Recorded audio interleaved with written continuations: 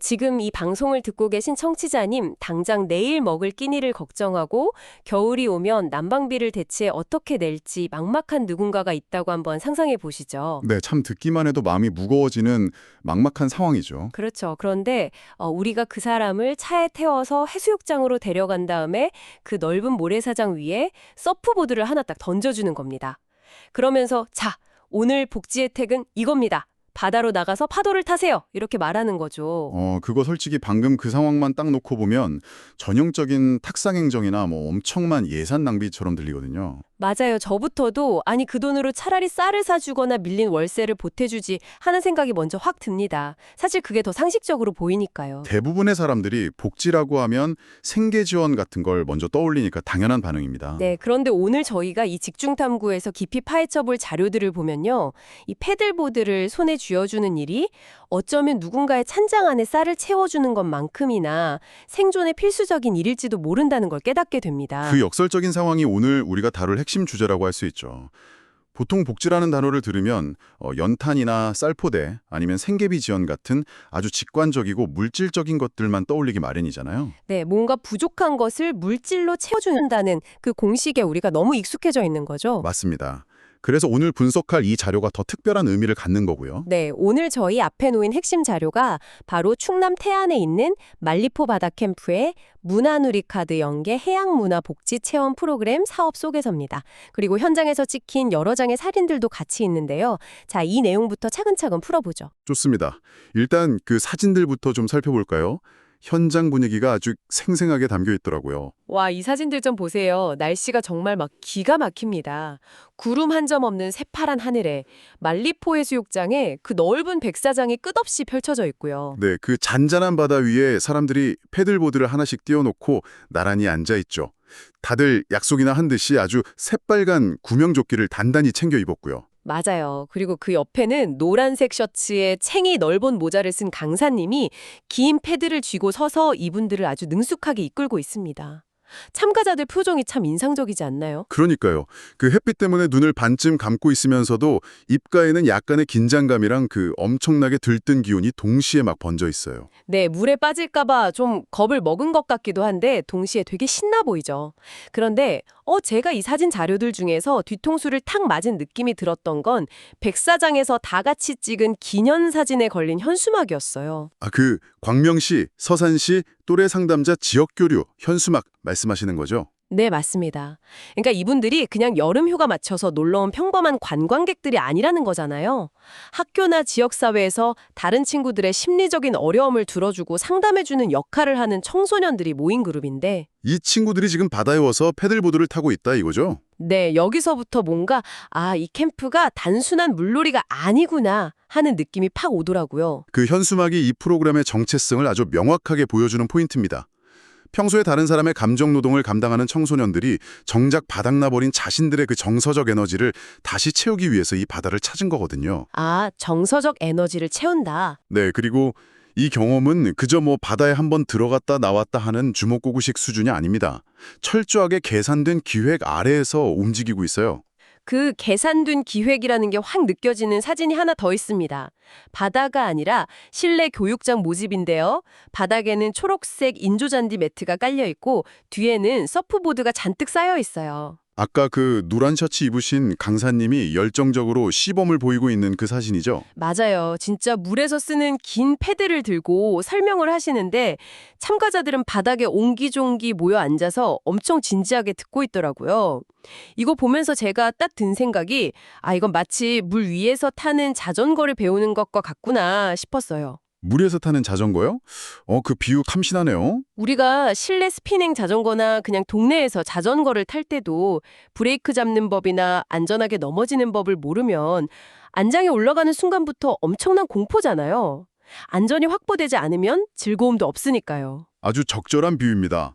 땅 위에서도 넘어지는 법부터 배우는데 발이 닿지 않는 바다에서는 그 두려움이 몇 배로 커질 수밖에 없죠. 그래서 이 바다 캠프의 소개서를 보면 전체 90분의 체험 시간이 아주 치밀하게 쪼개져 있습니다. 90분이 어떻게 쪼개져 있나요? 첫 20분은 방금 말씀하신 그 실내 교육장에서 장비 사용법과 바다 환경에 대한 적응 교육을 합니다. 그리고 곧바로 바다로 뛰어드는 게 아니에요. 그럼요. 모래사장이나 무릎 높이 정도의 아주 얕은 물가에서 다시 20분 동안 기초 동작을 연습하죠. 아, 잠깐만요. 그럼 본격적으로 물에 들어가기 전에 무려 40분을 육지에서 훈련한다는 거네요. 90분 중에 거의 절반을요. 내 절반 가까운 시간을 물 밖에서 보냅니다. 왜 이렇게까지 할까요? 이건 단순히 스포츠 기술을 가르치는 시간이 아니기 때문이에요. 그럼 무슨 시간인 거죠? 참가자들의 심리적 장벽을 낮추고 두려움을 지워내는 시간인 겁니다. 바다는 수영장하고 달라서 조류가 있고 파도가 치고 또 수심이 갑자기 훅 깊어지기도 하잖아요. 그렇죠. 그 예측 불가능한 대자연 앞에서 인간은 본능적으로 쫄 수밖에 없죠. 위축되니까요. 맞습니다. 그래서 이 40분의 시간은 내가 물에 빠져도 강사님이 나를 무조건 구해줄 것이다. 그리고 이 장비가 안전하게 나를 띄워줄 것이다. 라는 굳건한 신뢰를 쌓는 과정입니다. 아, 장비를 다루는 스킬 그 자체보다 사람과 장비에 대한 신뢰를 쌓는 시간이군요. 듣고 보니 그 노란 셔츠 입은 강사님들의 역할이 막 엄청나게 중요하겠네요. 그럼요. 굉장히 중요합니다. 그냥 뒤에서 보드나 대충 밀어주는 아르바이트생 수준이면 참가자들도 귀신같이 알아채고 불안해할 테니까요. 정확히 짚으셨습니다. 그래서 소개서에 명시된 강사진의 자격을 보면요. 인명구조 자격은 기본이고 위급 상황에서 생존 수영을 지도할 수 있는 그런 진짜 전문가들로만 구성되어 있습니다. 와, 생존 수영 전문가요? 네, 게다가 기상 상황이나 밀물 썰물의 변화를 실시간으로 파악해서 이 프로그램을 탄력적으로 통제를 하죠. 그 노란 셔츠가 단순한 유니폼이 아니라 바다라는 거대하고 낯선 환경 속에서 참가자들을 꽉 잡아주는 일종의 심리적 안전대 같은 거였네요. 맞습니다. 그렇게 든든한 육상훈련 40분이 끝나면 비로소 본격적으로 40분 동안 해상에서 패들보드를 타는 겁니다. 그리고 마지막 10분은 몸을 닦으면서 마무리와 정리를 하는 그런 완벽한 구조죠. 야, 이 촘촘한 90분의 설계가 없었다면 바다를 처음 접하거나 물에 대한 두려움이 큰 분들에게 이 체험은 힐링이 아니라 그저 엄청난 공포의 기억으로만 남았겠네요. 그렇죠. 그냥 물 좀 먹고 고생만 하다 끝났겠죠. 자, 90분 동안 완벽하게 통제된 환경에서 훌륭한 해양 레저를 안전하게 즐길 수 있다는 건 이제 아주 확실히 알겠습니다. 그런데 청취자님을 대신해서 제가 이 시점에서 근본적인 의문을 하나 던져볼게요.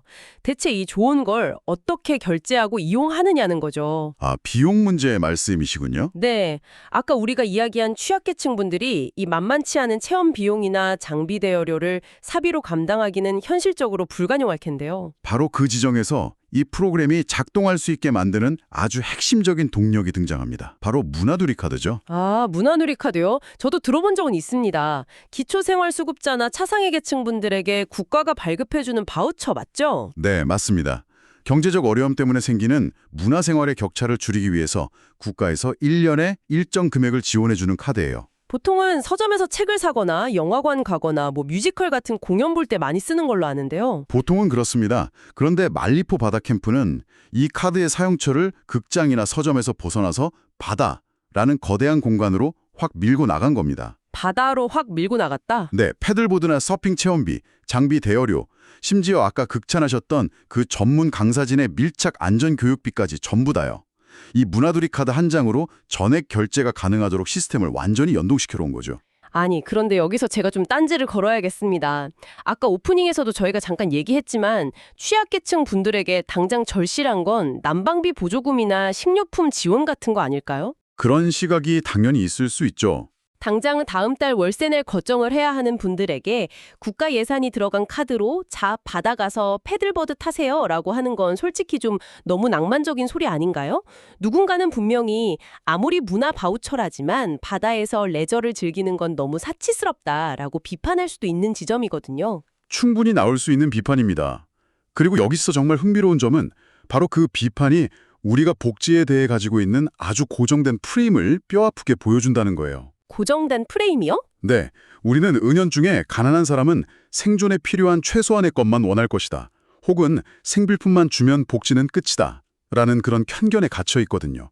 하지만 사업 속에서가 뚜렷하게 밝히고 있는 이 체험의 목적을 보면 이건 결코 한여름의 호화로운 물놀이가 아닙니다. 그럼 이게 단순한 레저나 사치가 아니면 도대체 뭔가요? 인간의 존엄성을 회복하는 일종의 심리적 치유 과정에 가깝습니다. 빈곤이나 경제적 어려움이 무서운 진짜 이유는 단순히 통장 잔고가 비기 때문만이 아니에요. 그건 필연적으로 경험의 빈곤을 낳거든요. 경험의 빈곤. 네. 경제적으로 힘들면 사람들이 제일 먼저 포기하는 게 뭘까요? 글쎄요. 당연히 여행 가는 거? 아니면 여가 활동이나 취미 생활 같은 거겠죠. 당장 내일 밥 먹고 사는데 직접적으로 필요 없는 것들부터 줄일 테니까요. 맞습니다. 휴일이 되어도 좁은 방 안이나 삭막한 콘크리트 빌딩 숲을 벗어나지 못하고 매일 똑같은 일상의 스트레스와 불안감에 짓눌려 지내게 됩니다. 삶을 환기할 기회가 원천적으로 차단되는 거죠. 아, 듣고 보니 그러네요. 이런 분들을 툭 트인 수평선이 보이는 바다로 데려온다고 한번 생각해 보십시오.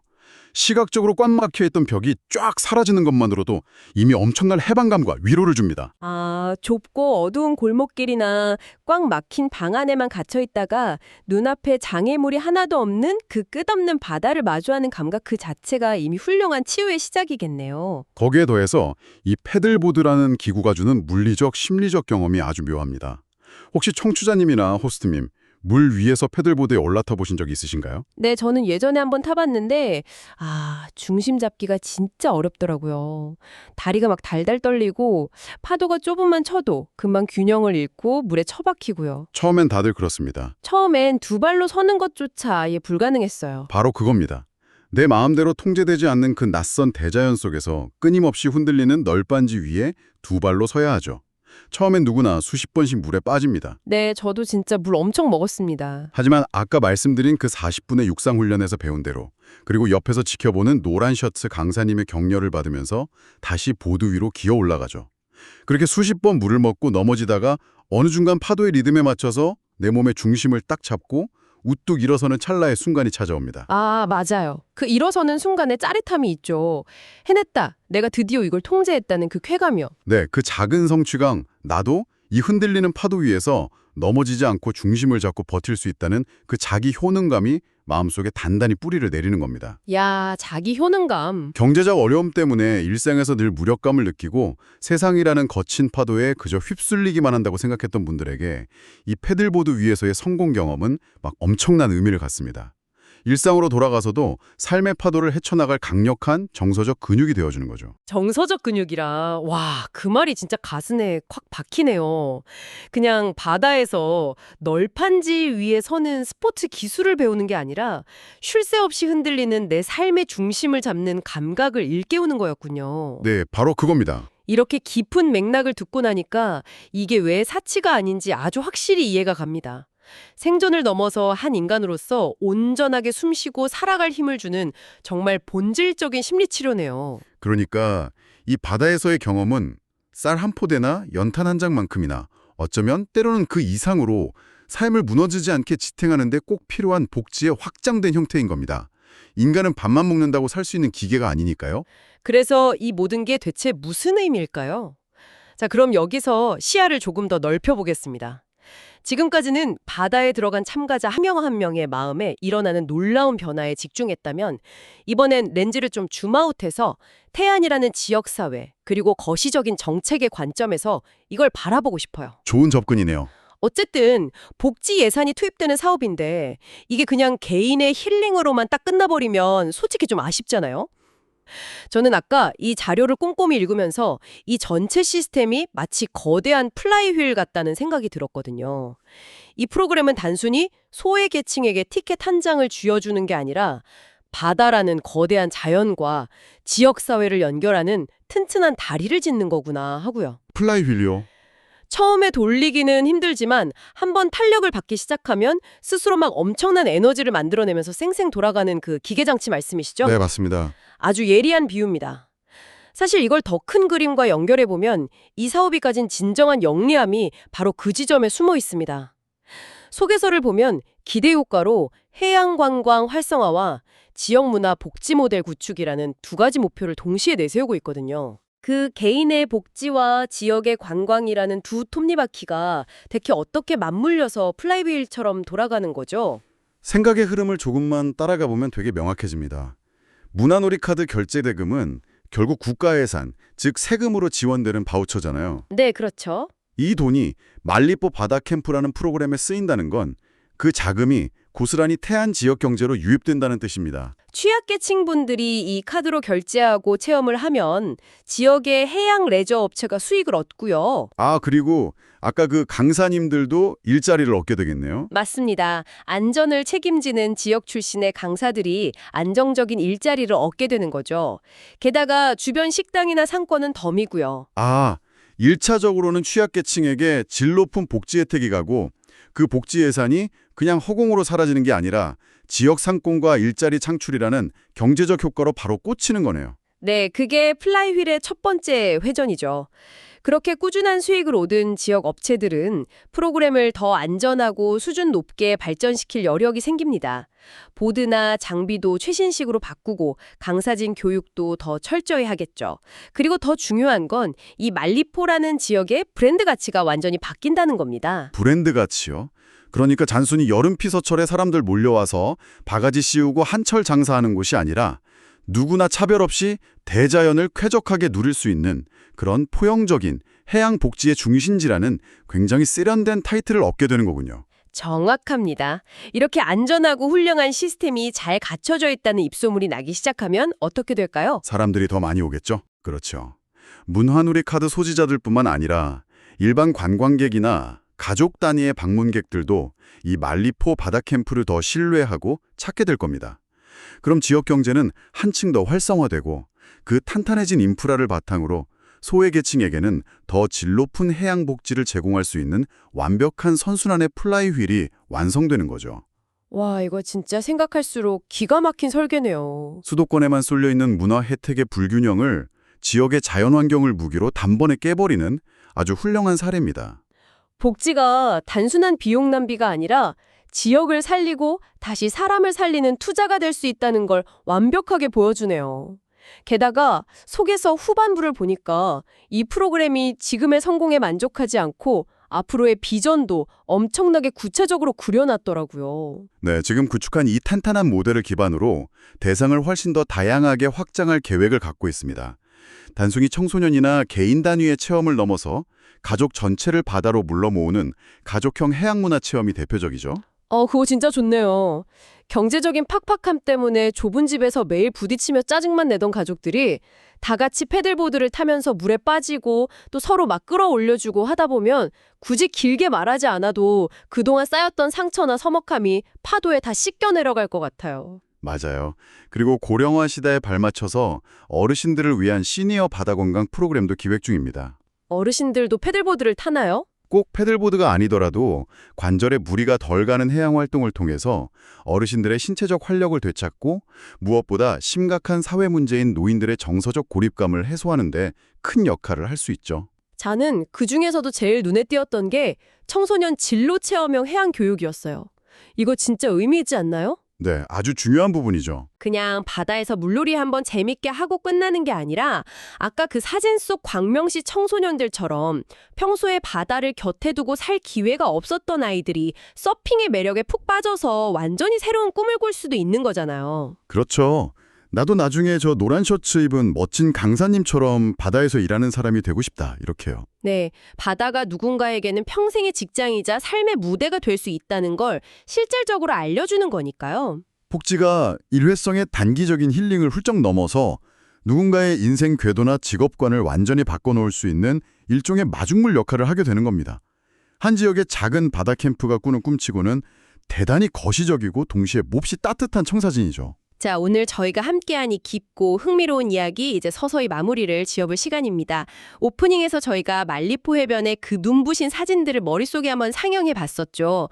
새빨간 구명조끼를 입고 패들보드 위에 앉아 환하게 웃고 있던 사람들.